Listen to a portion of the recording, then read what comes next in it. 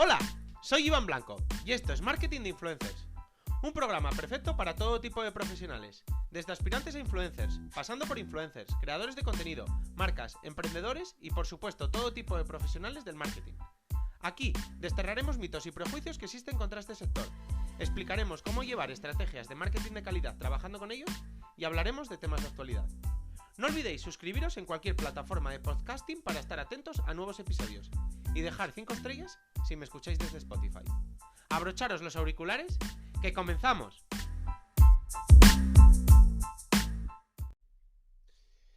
Hoy quería hablar de un estudio de Influencity que ha hecho para analizar el estado del marketing de influencers en Europa. El estudio, es sobre todo 2022, pero llega hasta 2023 y abarca 30 países europeos y más de 10.000 influencers han sido los analizados. Analiza el gasto en publicidad, la población total de todos esos países y los usuarios de Instagram en cada mercado. Voy a destacar 3 puntos que son los que me parece clave y luego voy a hacer una serie de lecturas alrededor de los mismos. El primer punto.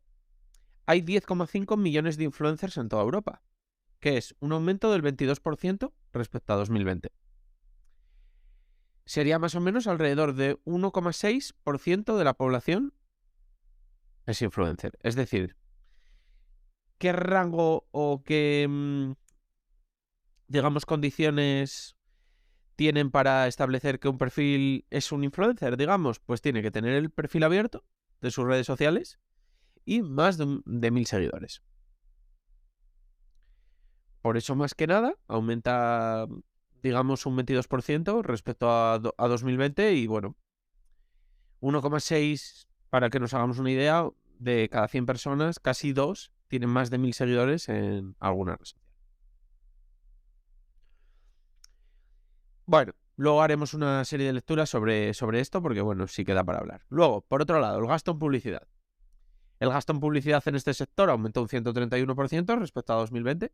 Esto ya hemos hablado en algunos otros programas de ello, pero entre que el sector está madurando, que otros sectores dentro del marketing han perdido, su efectividad, como puede ser el paid media, ha aumentado el presupuesto en este sector. De este presupuesto, al final el Reino Unido es el que más gastan, luego está Alemania y luego Francia, que son ahora mismo los 3 principales. Han desbancado a Rusia, que hace 2 años era la segunda, y suponemos que esto será un poco afectado por la guerra, que al final ha hecho que muchas marcas hayan abandonado el país y no estén dispuestas a colaborar con influencers rusos, un poco por no dañar la marca o por tener miedo a una cancelación, etcétera, etcétera. Por prestigio de marca, digamos. Sin embargo, y pese a ello, Rusia sigue siendo el país con más influencers y tiene casi 3 millones, que si la media era de la población era 1,6, en Rusia 2,18% de la población es influencer, es decir, los criterios que habíamos dicho antes. Y luego, en cuanto al género, el 62,5% siguen siendo mujeres frente al 37,5% que son hombres. En cuentas de mascotas o de las que no es importante el género, como pueden ser cuentas de memes o de recetas o cosas así, no se tienen en cuenta para hacer esta separación. Solo se tienen en cuenta cuando es importante, dentro de que se conoce a la persona, esta diferenciación. No ha aumentado ni ha disminuido respecto a 2020 y solo hay 2 países en los que esto está al revés, es decir, hay más hombres influencers que mujeres, que son Suiza y Grecia. Y acaparando estos por números, acaparando los micro y los nano influencers, están las mujeres, que son las que acaparan sobre todo estos dos tramos. Y sin embargo, en el tramo de los mega influencers, es decir, los que tienen más de 1 millón de seguidores, aquí es donde hay más hombres que mujeres. Sobre todo muy enfocado a que hay más perfiles más fuera de las redes sociales que de dentro, como pueden ser de la televisión, del cine, de las series, deportistas, músicos, etcétera, etcétera. O incluso youtubers y streamers que, suelen, tener números mayores. Y suele ser también un mercado bastante más copado por hombres. Entonces, ¿qué lecturas hacemos un poco frente a todo esto? Lo primero que una de las lecturas que hacían en el estudio es que respecto a 2020 hay más microinfluencers que nano. Es decir, muchos nanoinfluencers han dejado de ser nanoinfluencers, que es decir, entre 1000 y 10.000 es un nanoinfluencer, y han pasado a ser microinfluencers. Y los microinfluencers, que antes eran entre 10 y 50.000, sobre todo, ya empiezan a rondar muchos de ellos los 100.000 seguidores. Esto ya lo habíamos hablado en algún programa y creo que pronto será una media común los microinfluencers de 100.000, 200.000, 300.000 seguidores, ya que es un sector que ha crecido mucho y sobre todo en diferentes nichos, como por ejemplo los de planes, los de foodies y ese tipo de cuentas fitness, están creciendo bastante y siguen siendo micro porque al final siguen siendo un nicho. Y bueno, es que todos estos nichos están creciendo bastante. Y por otro lado, otra de las lecturas que yo hago es que para considerar a alguien influencer, que estamos hablando de que tiene que tener el perfil abierto o público, o como lo queráis llamar, y tener más de 1000 seguidores, digamos que creo que esta diferenciación poco a poco habrá que cambiarla y habrá que subir esta cantidad, porque al final, según pasan los años y según llevamos más tiempo en las redes sociales, podemos ver como desde las personas que no para nada somos simples usuarios de las redes sociales, hasta los perfiles más influencers, nuestros seguidores siempre crecen, porque conocemos más gente, porque más gente se hace redes sociales y nos empieza a seguir, por lo que sea. Entonces, al final, si crecen en personas con ningún tipo de interés en las redes sociales, también crecen para personas con interés en crecer en las redes sociales.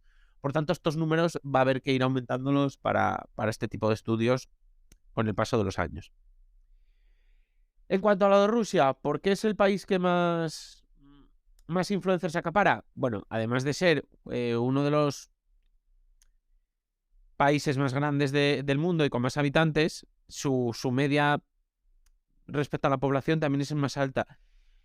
Cualquiera que haya estado en Rusia puede llegar a entenderlo. Al final Rusia es un país que tiene mucho interés en moda, en belleza, en marcas de lujo y en redes sociales, y en el que en ciudades como por ejemplo Moscú, la capacidad adquisitiva de los habitantes, por lo menos hasta hace poco, era bastante alta. Y entonces, por todo este interés en redes sociales, moda, etcétera, etcétera, pues hace que este tipo de perfiles aumenten.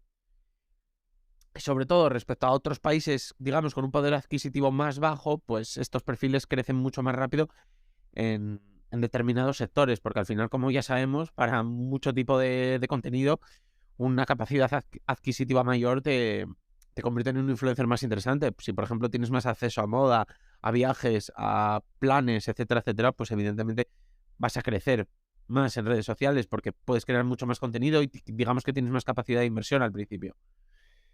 Y luego, por otro lado, los mega influencers siguen siendo personas no tan nativas de las redes sociales. Sigue siendo un sector en el que la mayoría, pues, vienen de otros sectores, suelen ser lo que hablábamos, cine, música, tal. Entonces, digamos que es muy difícil, a pesar de que existen, llegar a ser un mega influencer solo a través de las redes sociales. Así que son unos números que todavía a día de hoy son bastante inaspirables, digamos, para un crecimiento normal en redes sociales. Y en cuanto a hacerse influencer, que lo hablábamos, pues lo dicho, creo que cada vez es más difícil. Necesitas un crecimiento viral inicial muy alto, puesto que los números que vamos a usar para marcar la diferencia entre un influencer y un usuario normal cada vez van a ser más altos, y que digamos que la visibilidad en redes sociales es limitada. Es decir, las redes sociales ya tienen problemas para darle visibilidad a todos los influencers que acaparan dentro de ellas. Es un mercado masificado. Entonces es muy difícil que haya visibilidad para nuevos perfiles. Entonces, pues una posibilidad es este crecimiento viral inicial o destacar en otros sectores, es decir, en lo que hablábamos, en series, deporte, televisión, o nacer, digamos, de la mano de nuevas plataformas. Como en su momento nacieron los TikTokers, los streamers en Twitch, etcétera, etcétera. Y en general, y hablando del mercado, el mercado sigue creciendo, está más maduro que nunca en su historia, digamos, pero pasa un poco como cuando hablábamos en verano del del calor de Madrid, que decíamos que era el verano más caluroso de la historia de Madrid, pero el menos caluroso del que íbamos a vivir. Pues pasa un poco lo mismo con esto. El mercado está más maduro que nunca, pero realmente, y viendo un poco entre líneas y hablando cara a futuro, parece que el mercado está menos maduro de lo que nunca va a estar. Porque sigue creciendo, sigue madurando y sigue siendo un mercado muy, muy interesante. Así que nada, aquí seguiremos contándolo y nada, si queréis hablar de algún número, os interesa que os pase el estudio, lo que sea, ya sabéis, me podéis escribir a hola@marketinginfluencers.com y os envío el estudio o lo que sea, hablamos de lo que os apetezca. Y nada, que tengáis un buen lunes y nada, a continuar con la semana. Estaremos aquí de lunes a viernes y espero que la semana se os haga lo más placentera posible y vamos a ello. Adiós.